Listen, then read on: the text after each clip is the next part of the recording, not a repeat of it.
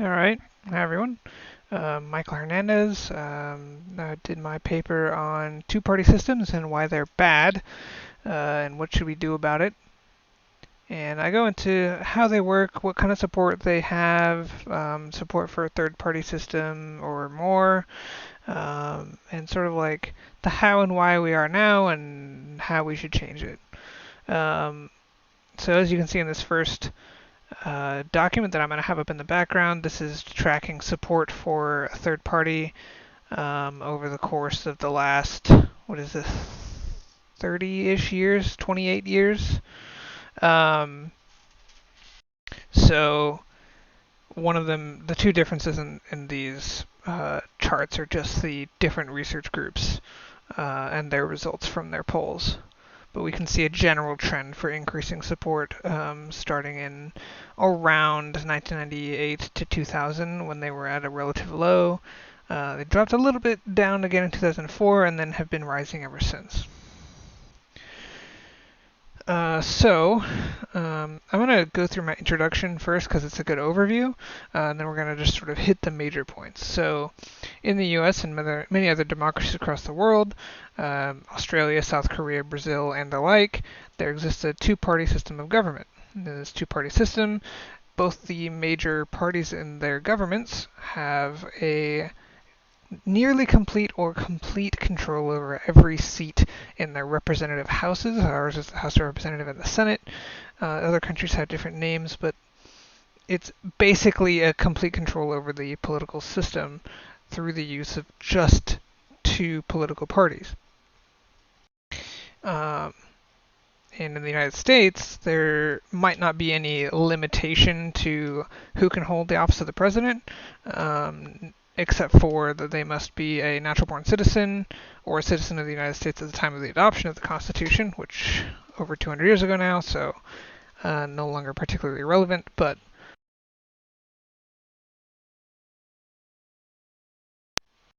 they also must be at least 35 years old or and also have been a resident in the United States for 14 years. But despite that, in the last 50 years, there has not been a single president who was not a member of those two major political parties. And in fact, only in 1968, I had discovered in my research, was there even a candidate for the presidency who managed to get more than a handful of electoral college votes. And I go into sort of how these two-party systems are defined and how they work. But an important point, and we're going to go to our next one here, is sort of how these things come to be.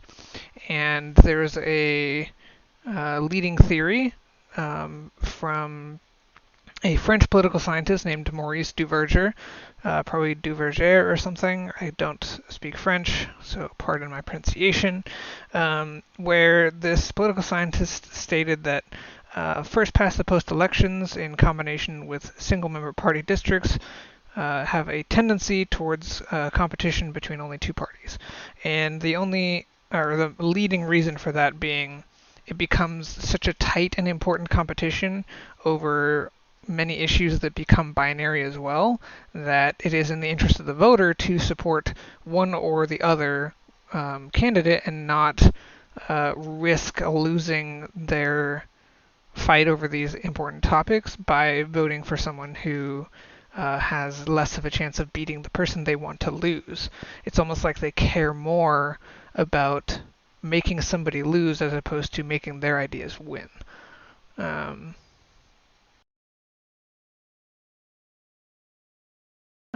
then we get into the problems with this system, like why is it a bad thing that we sort of trend towards this? And it's because the two-party system can't represent the people well. When you only have two parties running for president, this is the most important election in our country, by many people's standards anyway, mine included. You can't get someone in the running for that position unless you're a member of one of those two parties, basically. Not a serious running anyway. and that means that the person you end up voting for, as long as you're sticking to that system, is not going to be always, anyway, the person who represents your interests the way that you want them to be represented. For example, if you might agree with one candidate's stance on several issues, but not their stance on others. But because you view some of those stances as more important, you vote for them anyway. So you're sort of losing out on that representation on those other key issues that are just happen to be a little less important at the time. The last time that a third party made a noticeable impact on the U.S. presidential election, in fact, was the year 2000 when the candidate Ralph Nader, who was a third party candidate, managed to win just 1.64% of Florida's votes. Now, in that election, between the primary running candidates in the election were Al Gore and George W. Bush. Florida was the winning state. It was neck and neck all the way up until that point, and whoever won Florida would win the election. That ended up being the closest presidential race in United States presidential race history, with a difference of only 537 votes. Ralph Nader won almost 98,000 votes from Florida at 1.64% of the state's votes. So 537 is an incredibly minuscule amount, and there was a whole travesty about it. But the thing is, like, the problem many people had wasn't that the third party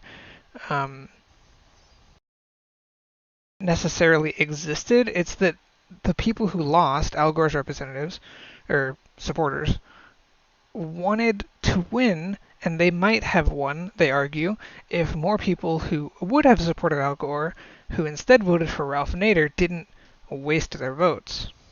So that's sort of where this problem comes into play, is it becomes a devolution.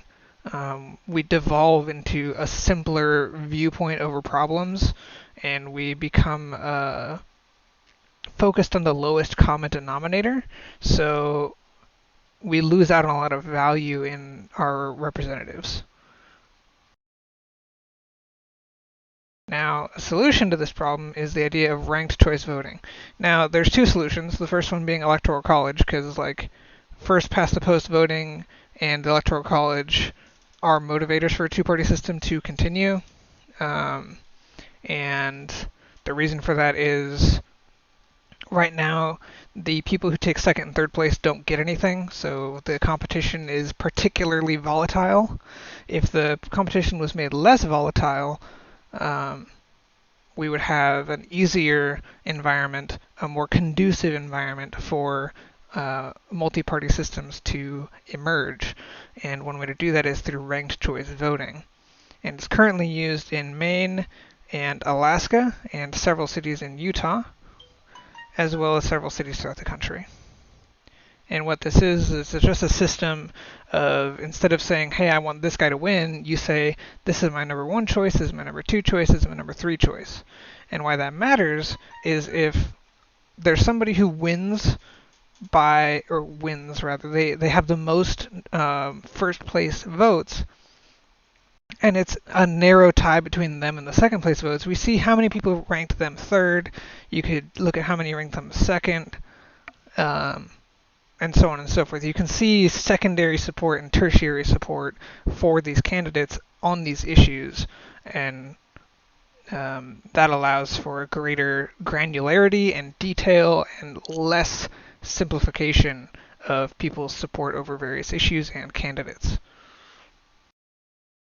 And here's another research paper that I cited in my essay, where I learned and found support for the concept that the electoral system and the party system largely determine the continuity of that party system's polarization, and they appear linked to short-term factors such as citizens' declining confidence in the economy and increasing concerns about immigration.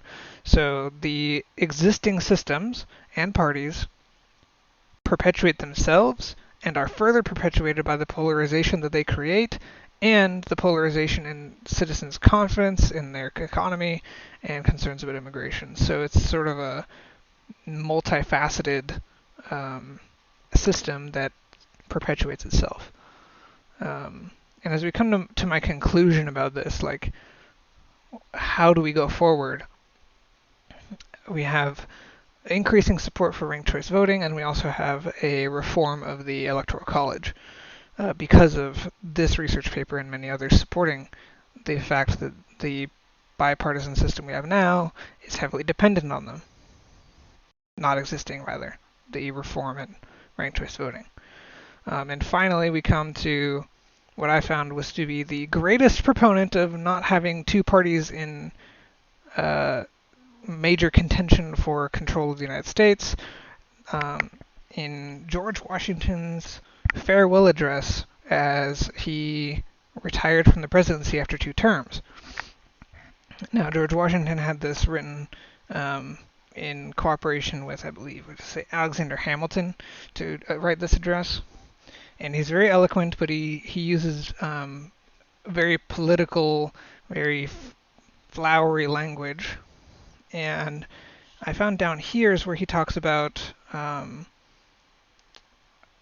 two-party systems and party systems in general for government being bad for the people. The quote I used is within this. But I think you can see just from this very first portion that he has already intimated to us the danger of parties in the state, with particular reference to the founding of them based on geographical discriminations, and that they must now take a more comprehensive view. And he's going to warn us about all the problems with political parties, including stuff like they alternate domination of one faction over the other, sharpened by the spirit of revenge, something that we see a lot of now between the Democrats and Republicans, where one will win the presidency and seek to undo the actions of the previous ruling party, as it were. And these things will gradually incline the minds of men to seek security and repose in the absolute power of an individual, and sooner or later the chief of some prevailing faction, in order to be more fortunate than the competitors and turn the disposition of those supporters into the purposes of his own elevation or the ruins, or on the ruins of public liberty. And I couldn't think of a better way to end the essay and to kind of like finish out my point. We've had political leaders in this country, starting from the very first president, that expounded on the threat of a partied system in our government. And while we've allowed it to degrade to this point, I think it's our responsibility as a populace and as a people to, like those revolutionaries in the past, though hopefully not as violently, rise up, take a stance on the issue, and try to regain that public liberty that we've had taken from us over time by instituting things like the ranked choice voting and changing the Electoral College so that the two-party system can become 3 or 4 or more, and hopefully eventually we get to the point where parties don't matter as much anymore, and instead coherent experts in the political field are ruling us in their positions in government. And that's the end of my essay. Thanks for listening, and I hope this was interesting to you. Go ahead and leave a comment below if you're curious about something or have thoughts on it. Thanks.